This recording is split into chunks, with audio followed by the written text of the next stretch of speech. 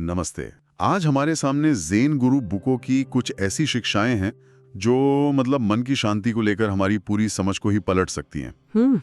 हम सब ने कभी ना कभी ये महसूस किया है, दिमाग में विचारों का एक तूफान सा चलता रहता है जिसे हम शांत करना चाहते हैं, और हमारा पहला रिएक्शन क्या होता है? उससे लड़ना। हाँ, उससे लड़ना, उसे दबाने की कोशिश करना। और शायद यही सबसे बड़ी गलती है। हम सोचते हैं कि मन कोई दुश्मन है जिस पर काबू पाना है, उसे जबरदस्ती शांत कराना है। सही बात है। लेकिन बुको और पूरी ज़ेन परंपरा वो एक बिल्कुल उल्टा रास्ता दिखाती है। वो कहते हैं कि शांति जोर जबरदस्ती से नहीं आती, बल्कि सहजता से आती है। हाँ, बिना किसी कोशिश के।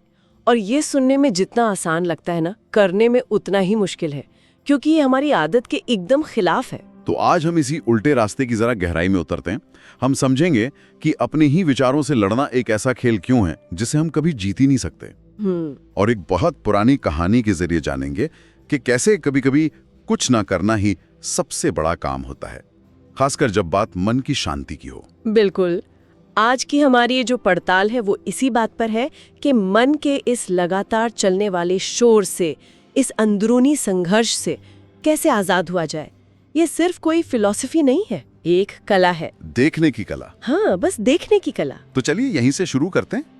बुको का एक बहुत गहरा सूत्र है। वो कहते हैं, चीजों को सहजता से और बिना जोर जबरदस्ती के लेने से कुछ समय बाद बाहर और भीतर के विचारों की दौड़ स्वाभाविक रूप से शांत हो जाती है और सच्चा चेहरा खुद को दिखाता है।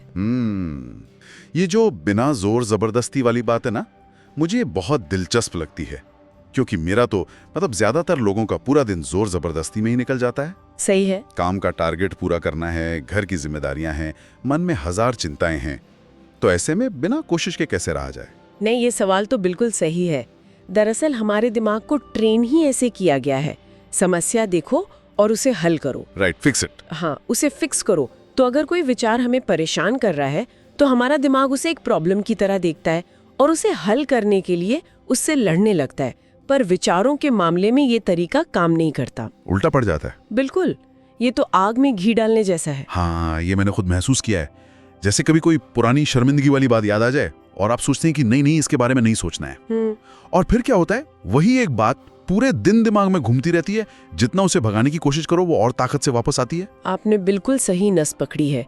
मनोविज्ञान में इसे आयरॉनिक प्रोसेस थ्योरी कहते हैं, या एक और मजेदार नाम है सफेद भालू की समस्या। सफेद भालू? हाँ, अगर मैं आपसे कहूं कि अगले 1 मिनट तक एक सफेद भालू के बारे में बिल्कुल मत सोचना, तो आपके दिमाग में क्या आएगा? सिर्फ और सिर्फ सफेद भालू, और कुछ नहीं। ठीक, यही होता है। किसी विचार को दबाने के लिए आपके दिमाग को लगातार ये चेक करना पड़ता है कि कहीं वो विचार आ तो नहीं रहा। हाँ। और इस चेकिंग के प्रोसेस में ही वो उसी विचार को बार बार सामने लाता रहता है। तो मतलब जिस चीज से भाग रहा हूं उसी का पहरा दे रहा हूं? बिल्कुल। तो किसी विचार को निकालने की कोशिश, वो खुद भी तो एक विचार ही है। हाँ, ये तो है। इससे आपका मन 2 हिस्सों में बढ़ जाता है। एक हिस्सा जो विचारों को धकेल रहा है, और दूसरा हिस्सा वो विचार जिसे धकेला जा रहा है। एक अंदरूनी गृह युद्ध जैसा। हाँ, एक अंदरूनी लड़ाई जिसमें आपकी ही ऊर्जा आपके खिलाफ इस्तेमाल हो रही है। वाह, ये तो कभी इस तरह से सोचा ही नहीं। इसका मतलब है कि मैं ही एक सेना बना रहा हूँ और फिर उसी से लड़ रहा हूँ। हाँ, उसी सेना से लड़ रहा हूँ, और जाहिर है इस लड़ाई में हार तो मेरी होगी। निश्चित रूप से इस खेल में हार तय है। आप जितनी ताकत से गेंद को दीवार पे फेंकेंगे, वो उतनी ही तेजी से वापस आएगी। हाँ, विचारों का भी यही नियम है। ज़ेन परंपरा इस बात को हजारों साल पहले समझ गई थी, और इसी को समझाने के लिए एक बहुत ही कमाल की कहानी है। हाँ, बंदरों वाली कहानी। ये कहानी इस पूरे कॉन्सेप्ट को बहुत अच्छे से समझाती है। एक पुरानी तिब्बती कहानी है। एक नौजवान था जिसे रहस्यों की तलाश थी।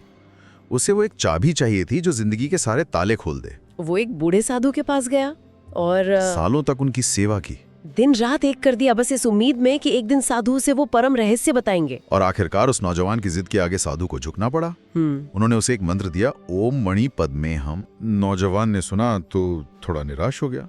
बोला, गुरुजी, ये मंत्र ये तो सबको पता है, बच्चे बच्चे की जुबान पर है, इसमें रहस्य क्या है? साधु मुस्कुराए और बोले, बेटा, मंत्र सब जानते हैं, लेकिन इसे खोलने वाली चाबी वो किसी किसी को ही पता होती है। ये सुनते ही नौजवान की आंखों में चमक आ गई। उसने पूछा, क्या है वो चाबी? साधु ने कहा, चाबी बहुत आसान है। जब तुम इस मंत्र का जाप करो तो बस एक बात का ध्यान रखना कि अपने दिमाग में किसी बंदर के बारे में मत सोचना। हाँ। नौजवान ये सुनकर हंस पड़ा। उसने कहा, बस इतनी सी बात? मैंने तो अपनी पूरी जिंदगी में कभी किसी बंदर के बारे में सोचा ही नहीं। मैं भला आप क्यों सोचूंगा? वो बहुत खुश होकर वहां से चला गया। लेकिन यहीं से असली खेल शुरू हुआ। जैसे ही वो मंदिर की सीढ़ियों से नीचे उतरा और उसने मंत्र जाप करने के लिए आंखें बंद की, उसे एक बंदर दिखाई दिया। हाँ, उसने आंखें झटकी, सोचा अरे ये कहां से आ गया, और फिर से कोशिश की। इस बार बंदरों का पूरा झुंड था। कोई नाच रहा था, कोई उछल कूद कर रहा था। वो परेशान हो गया। वो एक कोने में भागा तो बंदर उसके पीछे पीछे भागे। वो आंखें जोर से बंद कर लेता तो बंदर उसके दिमाग के अंदर कलाबाजियां खाने लगते। वो बंदर बाहर थे ही नहीं, वो उसके दिमाग के अंदर पैदा हो गए थे। हाँ, और वो जितना उन्हें भगाने की कोशिश करता, चले जाओ कहता, बंदर उतना ही उस पर हावी हो जाते, उसकी नाक खींचते, उसे चिढ़ाते। पूरी रात वो नौजवान संघर्ष करता रहा, लेकिन एक बार भी वो बिना बंदरों के सोचे मंत्र नहीं बोल पाया। सुबह तक उसकी हालत पागलों जैसी हो गई थी। बाल बिखरे हुए, आंखें लाल। वो भागता हुआ साधु के पास पहुंचा और उनके पैरों में गिरकर बोला, गुरुजी, अपनी ये रहस्य और अपनी ये चाबी सब वापस ले लीजिए। बस मुझे इन बंदरों से छुटकारा दिला दीजिए। इन्होंने मेरा जीना हराम कर दिया है। नौजवान ने तुरंत मंत्र और चाबी दोनों को छोड़ने का फैसला किया, और जैसे ही उसने ये इरादा किया कि मुझे अब बंदरों के बारे में नहीं सोचना है वाली शर्त को मैं छोड़ता हूँ, सारे बंदर गायब हो गए, जैसे वो कभी थे ही नहीं। वाह, ये कहानी ये हर बार सुनने पर एक नया मतलब खोलती है। ये सीधे हमारे अनुभव पर चोट करती है। वो बंदर हमारे परेशान करने वाले विचार हैं, और वो चाबी है हमारी शर्त। मुझे ये विचार नहीं सोचना है। जैसे ही हम ये शर्त लगाते हैं, हम उन विचारों को और ताकतवर बना देते हैं। उन्हें भगाने की कोशिश ही उन्हें बुलाने का न्योता बन जाती है। तो फिर रास्ता क्या है? अगर जबरदस्ती नहीं करनी, लड़ना नहीं है, तो करना क्या है? क्या बस विचारों के रहमो करम पर जीना है? ये सुनने में थोड़ा मुश्किल लगता है, खासकर जब कोई विचार बहुत तकलीफदेह हो, जैसे कोई डर या गहरी चिंता। उसे सिर्फ देखते रहना, ये मुमकिन कैसे है? मन तो हमें मजबूर करेगा ही उसे दूर धकेलने के लिए। आपने सबसे जरूरी सवाल पूछा है, और यहीं पर बुक्को का तरीका काम आता है। वो कहते हैं, लड़ो मत, धकेलो मत, बस देखो। हाँ, एक दर्शक बन जाओ, एक तटस्थ दर्शक। कल्पना कीजिए कि आप सड़क के किनारे एक कुर्सी पर बैठे हैं और आपके सामने से ट्रैफिक गुजर रहा है। अच्छा। गाड़ियां आ रही हैं, जा रही हैं। कुछ गाड़ियां अच्छी हैं, कुछ पुरानी, कोई तेज है, कोई धीमी। क्या आप हर गाड़ी के पीछे भागते हैं या उसे रोकने की कोशिश करते हैं? नहीं, बिल्कुल नहीं। मैं तो बस बैठा देख रहा हूँ। मेरा उनसे कोई लेना देना नहीं। ठीक यही अपने विचारों के साथ करना है। उन्हें ट्रैफिक की तरह आने जाने दो। कोई विचार आए तो उसे देखो, अच्छा ये चिंता का विचार है। कोई दूसरा विचार आए तो उसे देखो, ये गुस्से का विचार है। न तो उनमें बहुत ज्यादा रुचि लो कि ये क्यों आया, और ना ही उनसे नफरत करो कि इसे यहाँ नहीं होना चाहिए। बस देखो। हाँ, जैसे आपका उनसे कोई लेना देना ही नहीं है। हाँ, जैसे वो आपके नहीं है। बस आसमान में तैरते बादल हैं जो आ रहे हैं और जा रहे हैं। यानी उन्हें कोई तवज्जो ही नहीं देनी है, उन्हें अपनी ऊर्जा नहीं देनी है। बिल्कुल। जब विचार देखेंगे कि ये आदमी तो हम में कोई दिलचस्पी नहीं ले रहा है, तो शायद वो धीरे धीरे खुद ही चले जाएंगे। एकदम सही कहा आपने। विचारों की अपनी कोई शक्ति नहीं होती। उनकी सारी शक्ति हमारी दी हुई है। हमारी दिलचस्पी, हमारा डर, हमारा उनसे लड़ना, यही उनका भोजन है। तो बस उन्हें भूखा मार देना है। हाँ, कह सकते हैं। जब आप उन्हें ये भोजन देना बंद कर देते हैं तो वो बेजान होकर खुद ही गिर जाते हैं। देखिए, शुरुआत में ये मुश्किल लगेगा, मन बार बार आपको खींचेगा, लेकिन धीरे धीरे अभ्यास से आप बस देखना सीख जाएंगे। और जब विचारों का ट्रैफिक शांत हो जाता है, जब सड़क खाली हो जाती है, तब जो बचता है वही है खाली मन। हाँ, ज़ेन में इसे नो माइंड या हृदय की शून्यता कहा गया है। और ये शांति जबरदस्ती से नहीं आती, ये सहजता से आती है। ये शून्य हृदय या खाली मन, ये जो विचार है, ये थोड़ा गहरा है। आमतौर पर खालीपन या शून्यता शब्द सुनने में थोड़ा नेगेटिव लगता है। हाँ, लगता है, जैसे कि वहां कुछ भी नहीं है, एक सूनापन है। तो क्या इसका मतलब है कि हम उदासीन हो जाएं, किसी चीज की परवाह न करें? ये एक बहुत आम गलतफहमी है। बुद्ध का शब्द शून्यता वो नकारात्मक नहीं है, बल्कि वो संभावनाओं से भरा है। संभावनाओं से कैसे? वो उस खालीपन की तरह नहीं है जो एक खाली कमरे में होता है, बल्कि वो उस खालीपन की तरह है जो एक खाली कैनवस में होता है, जिस पर कुछ भी बनाया जा सकता है। अच्छा। बुको इसे बहुत खूबसूरती से समझाते हैं।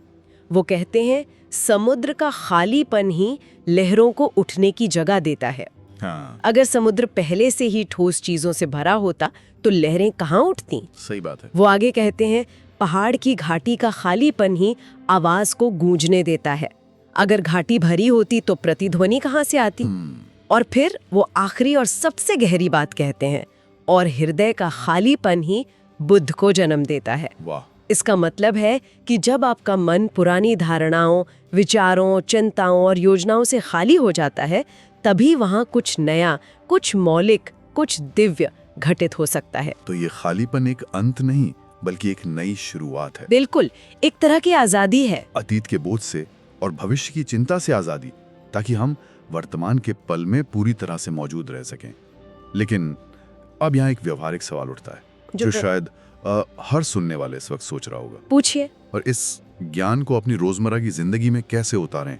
मान लीजिए कोई ट्रैफिक में फंसा है और गुस्सा आ रहा है, या ऑफिस में बॉस ने कुछ कह दिया और मन बेचैन है। उस वक्त दर्शक कैसे बना जाए?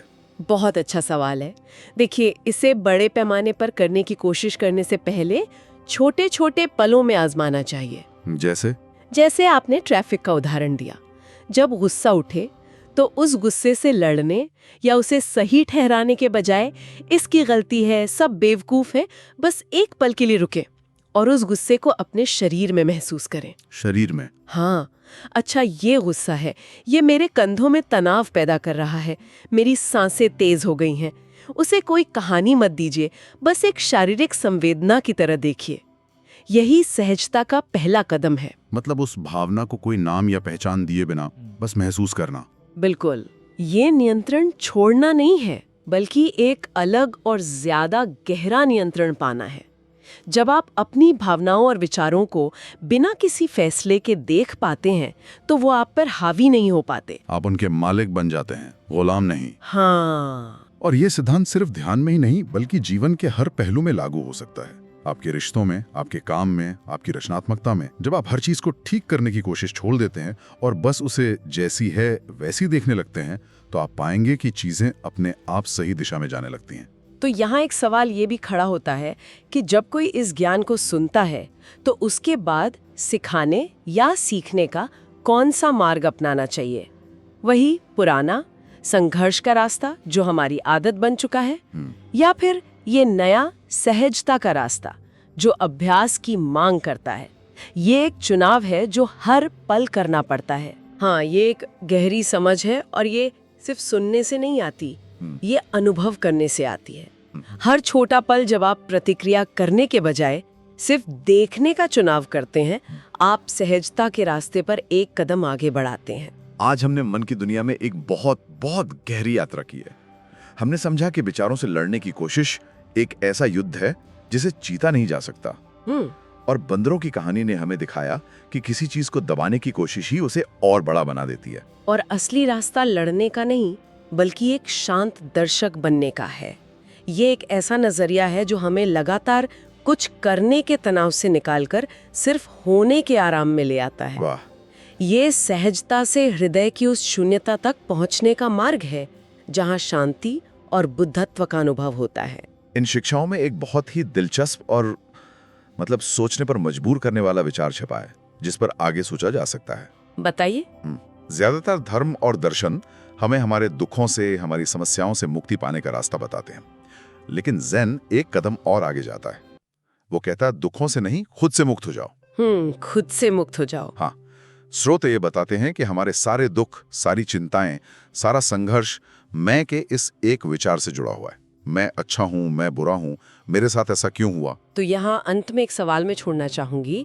अगर मैं का ये विचार, ये पहचान, ये कहानी जो हम हर पल खुद को सुनाते रहते हैं, अगर इसे पूरी तरह से एक तरफ रख दिया जाए तो पीछे क्या बचेगा? उस स्व के बिना दुनिया का अनुभव करना कैसा होगा? क्या वो एक डरावना खालीपन होगा या असल में वही सब कुछ होगा?